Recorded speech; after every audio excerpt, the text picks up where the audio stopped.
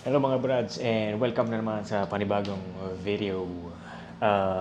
So ngayon nasa Cebu ako at bukas ng umaga babalik na ako sa Manila. So yun lang. Thanks for watching. See you on the next video. So yun, ang kadalasang mode of transportation to and from Manila ngayon sa progress ng teknolohiya, lipad-lipad na lang. Ngayon, bukas susubukan ko yung mag-travel Cebu to Manila gamit ang sasakyan pandagat. Ang tawag ng sasakyan pandagat? Ship, bro. Barko. Magbabarko ako bukas. So, yung travel na yun, medyo matagal-tagal siya. Parang 22 hours. 2 oras pa lang nakakatamad na sa barko eh. Paano pa yung 22 hours? Just to be safe, nag-download ko na yung seasons 2 hanggang 4 ng yung Boku no Pico Academia. Ayun na, last resort. So ngayong gabi pupunta lang ako ng Mercury Drug para bumili ng wet wipes. 2 hours later. Wow! Ready na talaga tayo.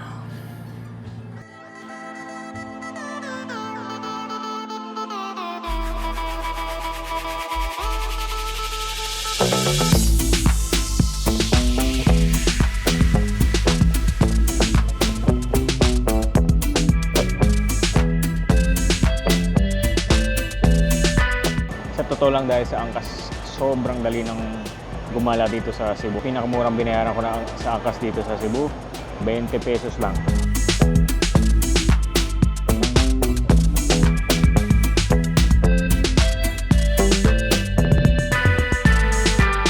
Unang tanaw mo nitong barko na to, manliliit ka talaga sa sobrang laki nito.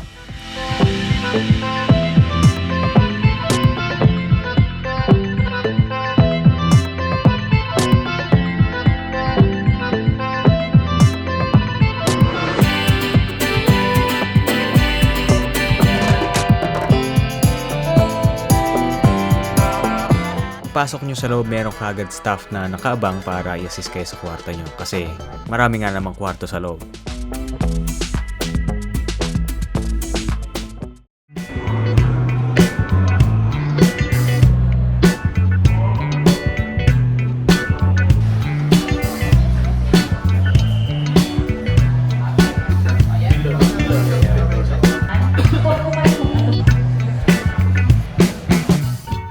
Palis na yung barko. Pero yung kinain ko kanina, may bayad, di ba? Medyo mahal nga rin. Itong accommodation na nakuha ko, may kasama daw pagkain. Wala ko na-expect, pero tingnan na rin natin. Love you, thank you. Yeah. So ito yung kwarto ko ngayon. May mga kasama ako sa kwarto, so hindi pwedeng masyado maingay. Ito pala eh. Diyo. So yan, medyo maaga pa. Mamaya explore natin yung barko. Pagdating ng alas 12, merong mag-a-announce na lunchtime na at pumunta na sa cafeteria. So, ito na yung lunch ko ngayon. Okay naman siya. Hindi naman siya lasang rasyon.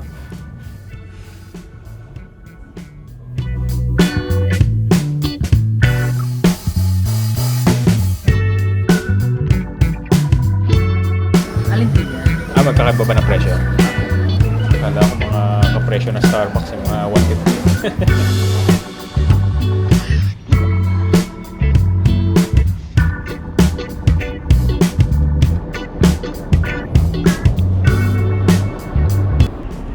Lutok. Dito masarap mag-vlog eh. Kasi typical na Pilipino, takot sa araw eh. Woo! Oh, pati ako. Pero yun, so far meron na tayo kapihan, restaurant, lunch. Ano pa ba? Wala na, yun na yun eh. Nakatatlong oras pa lang tayo kasama na yung 2 oras na tulog ko.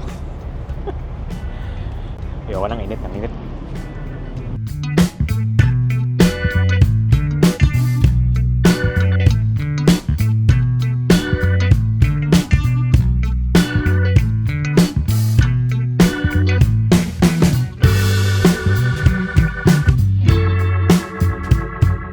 Apat na oras, pero yun eh, nalibot ko na lahat. Haba ito.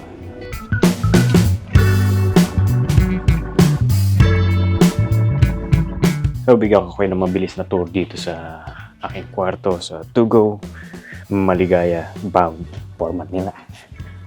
So, yung bunk bed ko, yung binayaran kong business class dito, ito lang yun. Yan lang. Pero, ito, yan. Shared yan. Yan, shared yan. Shared. So, may lababo, tsaka isang lamesa. Shared.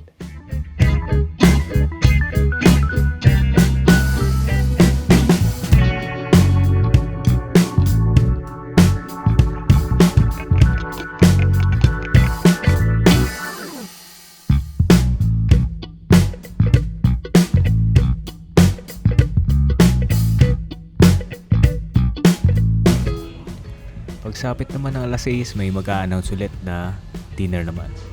Kaso medyo questionable tong dinner kasi dalawang may sarsa yung ulam tapos pinagsama lang nila. Ayan, kung makikita niya magkadikit sila. Naghahalo na sila sa gitna. Itong pila na to, pag nanghiram ka ng una at saka kumot, dito mo siya ibabalik. Anong kapalit nung lahat na to versus sa aeroplano? Yun ang isang bagay na pag-iisipan at nakadepende sa'yo. Ako, sinubukan ko lang to kasi first time ko makasakay ng ganito. Kung gagawin ko ulit to, siguro strictly for leisure na lang. Kung may kasama ko, tapos may sobra ko isang araw, di ako nagmamadali, ito gagawin. Pag may kailangan kang gawin yun, kung gahol ka sa oras. Baga yung trip mo from Cebu to Manila, Manila to Cebu, yung talagang strictly for business and business alone. Flight ka. Kasi kung nag-aeroplano ko, kahapon pa lang ng umaga, nasa Manila na din ako.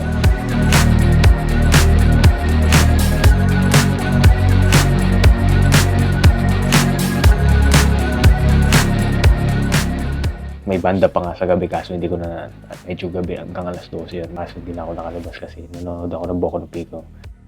May mga shop sa loob ng barko tulad nitong Miniso, Kultura, Watsons na pwede mong puntahan.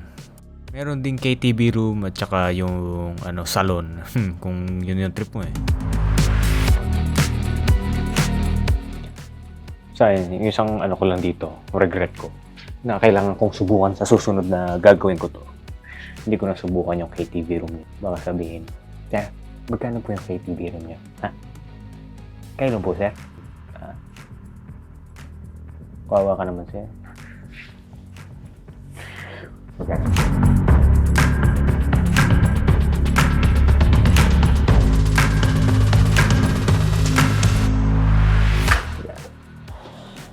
Sensya na medyo mahina yung boses ko kasi maliit na kaluskos lang. Ganyan lang. Ganyan ka lang. Rinig na kagad ng lahat. So, napakanipis ng pader dito. So, kailangan ko magsalita ng parang ganito. May tao pa ba dito? Wala. Nahiya lang talaga ako. So, yun. Ngayon, nasa na kami. Tapat na kami ng Bataan. Mga isang oras pa siguro to. Yun na nga. Yun na yung sinasabi ko. Kailangan di ka nagmamadali dito. So, yun lang. Thanks for watching and see you on the next video. They wanna be like by everybody in sight, but trust me, being free ain't spotlights. No, it's long nights and it's long fights with yourself all the time to get your mind right. But if you put in the work, you can find the light. Alright, I'll do anything that I feel like I wanna do. I'm living